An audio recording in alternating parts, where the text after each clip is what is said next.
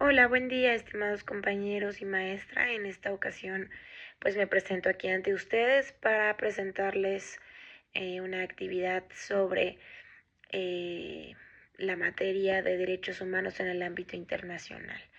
Mi nombre es Patricia Zavala Castro, mi matrícula es 2103-5605. El nombre del reto es ¿cuál es la responsabilidad del Estado mexicano? Y pues a continuación les voy a presentar varios casos, bueno, en particular dos casos que vienen en este reto para que les pueda compartir mi resolución sobre estos casos. Muy bien, pues bueno, en el caso número 1 dice que Ana se encontraba pacíficamente repartiendo panfletos a las personas que se manifestaban en la plaza de armas de su ciudad. El contenido de los panfletos versaba sobre citas bíblicas. Al enterarse de lo que hacía Ana, un policía decidió arrebatarle los panfletos y detenerla, argumentando que no era lugar para repartir este tipo de información, pues alteraba el orden. Ana permaneció encerrada e incomunicada dentro de una patrulla durante 3 horas hasta que la manifestación concluyó y posteriormente el policía la trasladó a Barandilla, donde recibió burlas y calificativos peyorativos por el personal de seguridad público. Luego de un día detenida la dejaron en libertad. Ana denunció el hecho ante la Fiscalía General del Estado, así como ante la Comisión Estatal del Derecho Humano. Ambas instituciones omitieron el inicio de cualquier procedimiento, por lo cual Ana acudió a la Justicia Federal, donde resolvieron incompetencia para conocer del asunto. 2 años después, Ana presentó su caso ante la Corte IDH. ¿Consideras que existe responsabilidad por parte del Estado mexicano? Argumenta y fundamenta tu respuesta. Pues bueno, desde mi punto de vista sí existe responsabilidad por parte del Estado mexicano, en el caso de Ana por la violación de diversos derechos humanos reconocidos en la Constitución mexicana, en tratados internacionales y en el marco del Sistema Interamericano de Derechos Humanos. Dentro de mi fundamento y de mi argumentación, manejo diferentes puntos y en el punto número 1, como violación al derecho a la libertad de expresión y de religión, Ana repartía únicamente panfletos con contenido bíblico. Era una actividad que se enmarca dentro de su derecho a la libertad de expresión y libertad religiosa. Según el artículo 6 y 24 de la Constitución Política de los Estados Unidos Mexicanos, así como en el artículo 13 y 12 de la Convención Americana sobre Derechos Humanos, toda persona tiene derecho a difundir ideas sin ser molestado y a profesar y divulgar libremente su religión. No se justifica la limitación al ejercicio de estos derechos, salvo que en estos casos el riesgo sea real y demostrable al orden público, lo cual no ocurrió en este caso. Como punto número 2 tengo la detención arbitraria. La detención de Ana careció de una causa legal justificada sin orden judicial ni flagrancia del delito y sin explicaciones suficientes.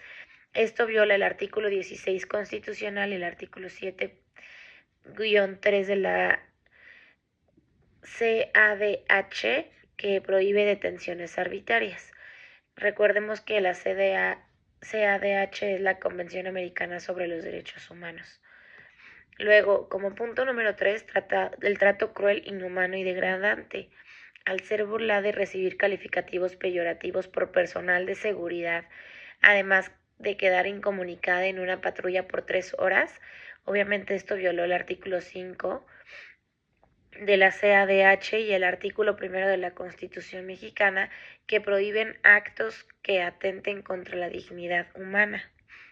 Y como punto número 4, falta de acceso a la justicia y debida diligencia. Las autoridades, que en este caso sería la Fiscalía y la Comisión Estatal de los Derechos Humanos, omitieron iniciar procedimientos, lo que constituye una violación al derecho de acceso a la justicia. El artículo 17 constitucional y 8 y 25 de la CADH.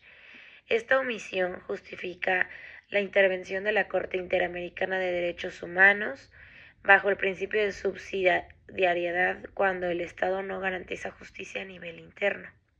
Como conclusión de este primer caso, Pues bueno, es que el Estado mexicano incurrió en responsabilidad internacional por violaciones múltiples a derechos humanos, como se los mencioné anteriormente, al permitir la detención arbitraria de Ana, omitir garantías procesales mínimas y negar justicia. Esto activa la competencia de la Corte IDH y posible sanción al Estado por incumplir sus compromisos internacionales conforme a la Convención Americana sobre los Derechos Humanos. Ahora les voy a platicar sobre el caso número 2.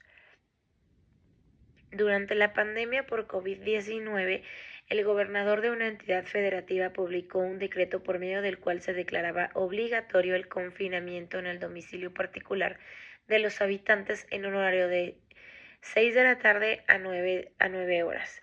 Asimismo, se prevenía una multa de 1.500 a quien infringiera esta disposición. De no contar con recursos para el pago de la multa, el decreto previo 36 horas de arresto. Andrés, un hombre de 34 años de edad en situación de calle, caminaba por la avenida principal de la ciudad a las 20 horas. Obviamente aquí pues ya está eh, infringiendo dentro de la regla que habían establecido, que era de 6 a 9. Cuando un militar lo vio, lo detuvo y lo presentó a la Secretaría de Seguridad Pública, donde le fue exigido el pago de la multa.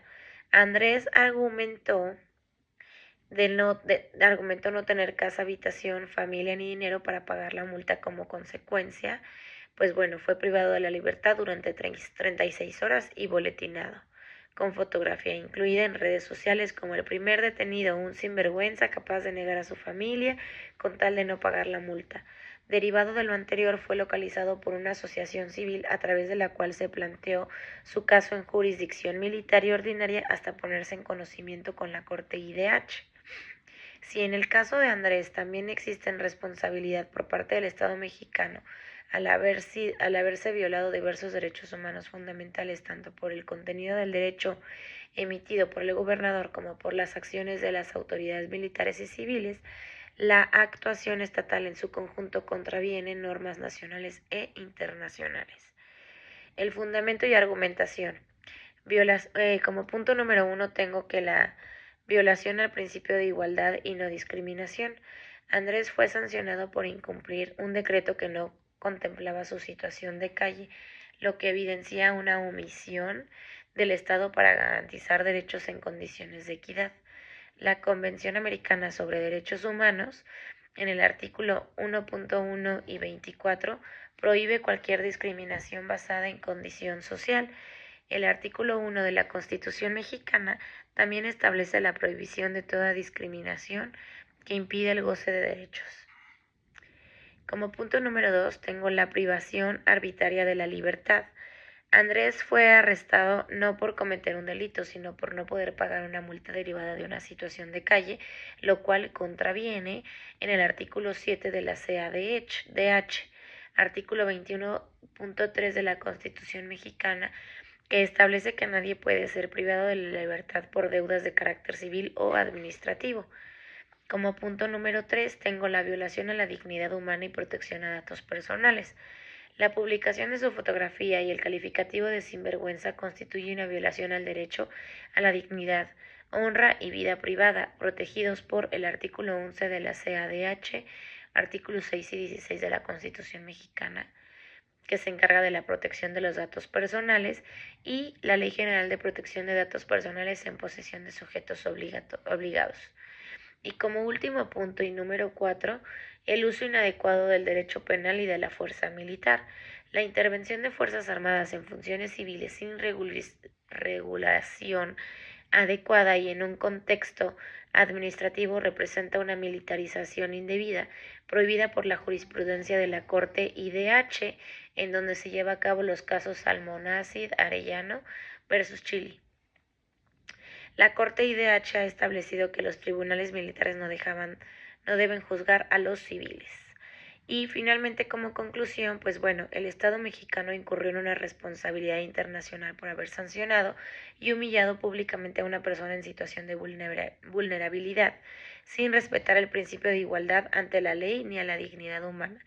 la privación de libertad por falta de recursos económicos, así como la exposición pública y el uso de jurisdicción militar, configuran violaciones graves a los derechos consagrados a la Constitución y en la Convención Americana sobre Derechos Humanos. La Corte IDH estaría facultada para condenar al Estado por estas acciones. Agradezco mucho su atención y espero que este contenido les sea de utilidad. Que tengan un excelente día. Muchas gracias.